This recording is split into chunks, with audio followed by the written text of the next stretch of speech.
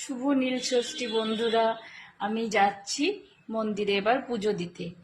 সবাইকার পুজো দেওয়া হয়ে গেছে, তো আমার পুজোর থালিটা একবার দেখে নিন। সুন্দরভাবে সব গুছিয়ে নিয়েছি। এখানে আছে গঙ্গা জল, মধু, ঘি, ধুতরা ফুল, ফল আর একটা অপরাজিতার মালা। আর দুব্য নিয়েছি, মোমবাতি নিয়েছি, ধূপ নিয়েছি, দুধ নিয়েছি আর সমস্ত রকম ফল যেটা 5 রকম লাগে সেগুলো নিয়েছি।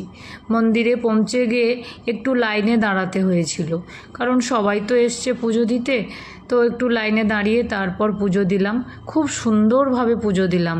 ঘি মাখালাম, বাবা মহাদেবকে চন্দন মাখালাম, দুব্য দিলাম, তারপর ঘি মাখালাম, মালা পরালাম, ঠাকুরমশাই পুষ্পাঞ্জলি দেয়া করালেন মন্ত্র বলে, তারপর আঁচলে করে ফল নিয়ে বাড়ি এলাম। আর মোমবাতিটা আর ধূপটা বাইরে জ্বালানো হচ্ছিল, মন্দিরের ভেতরে জ্বালানো হয়নি।